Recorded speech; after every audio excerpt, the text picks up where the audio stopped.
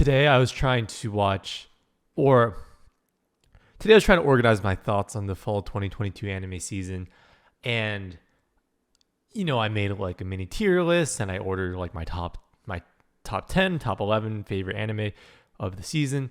And one of them that I had a hard time thinking about was Urusei Yatsura, the 2022 remake of the, how old is the original show? Is it? So Urusei Yatsura is a remake of an anime originally from the 80s. The original show in the 80s had a pretty big influence on anime as we know today, at least as much as you might expect from a show. Of course, this is all, from what I've heard from other people talk about or read online, but apparently this was the show's with one of the first like waifus. 僕のダーリンだよろしくダーリン So Lum is that character, and she has a lot of tropes that still exist today in more modern anime waifu. So I really wanted to understand the appeal of this show, and I'm having a really hard time doing that basically. So what is this show? It's kind of Urusei Yatsura means kind of annoying person, basically in Japanese. Yeah, the English name is translated roughly to those obnoxious aliens. And pretty much the story is that you have this pervert guy, Ataru. He's like your perverted high school guy who has a girlfriend but is constantly looking at other girls. Ha ha ha, so funny, typical kind of anime perverted humor. And then out of the blue one day, these aliens come, they say they want to take over Earth, and the only person who can stop them is Ataru, because they're and the way he would stop them is by challenging the head alien's daughter to a game of tag. And then eventually he wins a game of tag by grabbing her boobs, more or less. And the way Ataru was able to get motivation to win this game of tag was his girlfriend Shinobu said, "If you win, I will marry you." So he's like, "Oh shit, marriage. All right. Now I'm fired up. I can win this. I can grab Lum." He does. But while he's doing that, he's constantly screaming, I'm doing it for the marriage. And then Lum gets the wrong idea and thinks he wants to marry her. And then for the rest of the show, it seems, I've only watched 3 episodes so far, but Lum and Shinobu basically just fight over Ataru. Actually, I've only watched 2 episodes, so maybe it's not completely fair, though that's like 40 minutes already. In the 3rd episode, it looks like a new alien is being introduced. I've only watched like 10 minutes-ish of it. Pretty much the show is just about ridiculous kind of interactions and scenarios with alien girls and pervy anime dudes and humans and aliens. There's a bit of a scene with an exorcist, which I don't think gets extended on. But anyways, I was having a really hard time understanding this show. So I thought, okay, well, this is a remake of a show from the 1980s. So what if I watched that original one to see if I could get that appeal? So I did that. I watched 1 episode from the original 80s, and it was less appealing than the remake right now. But then I watched the 2nd episode, and it splits off completely differently from the remake. It introduces like Lum's little cousin, this like little baby alien, and he's really cute.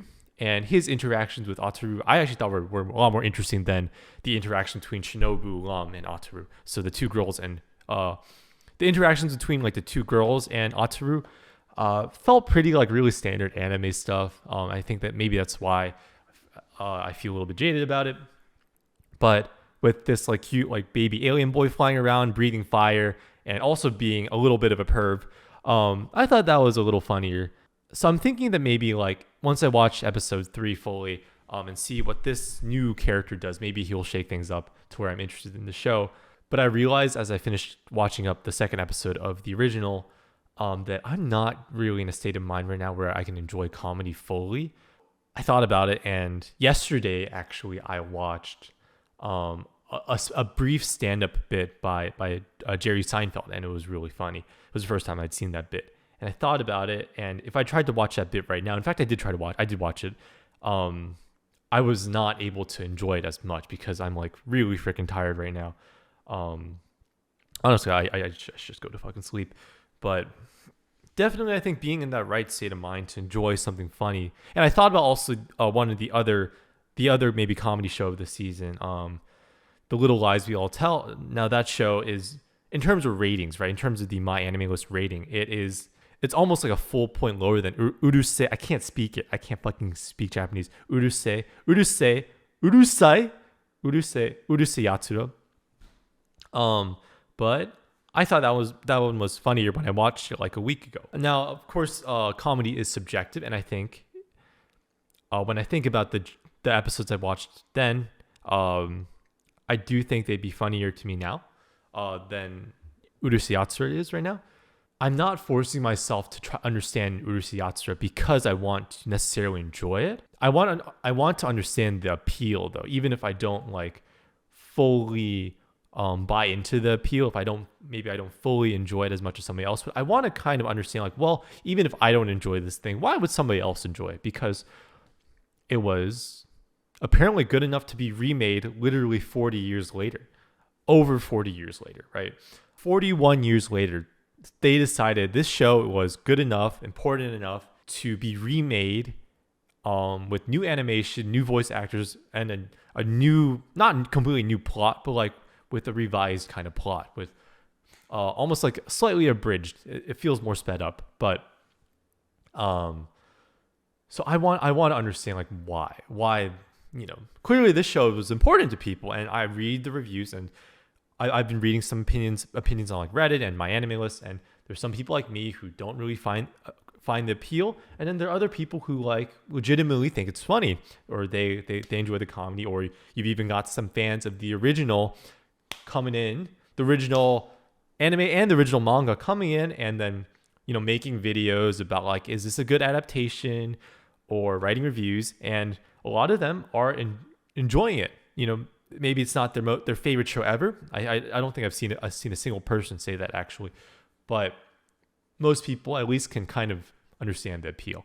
So that's where I want to be with this. I do think another thing about this show is that so far, at least, it's only been 2.5 episodes, but the plot has been basically non-existent, I would say. What little plot there is and the character interactions we've seen so far, it would make sense for them to seem tropish to me and to seem like cliche and overused, because this is an old anime, this is an old show that is claimed to have set a lot of these tropes. I feel a little jaded. I feel a little, what's the word?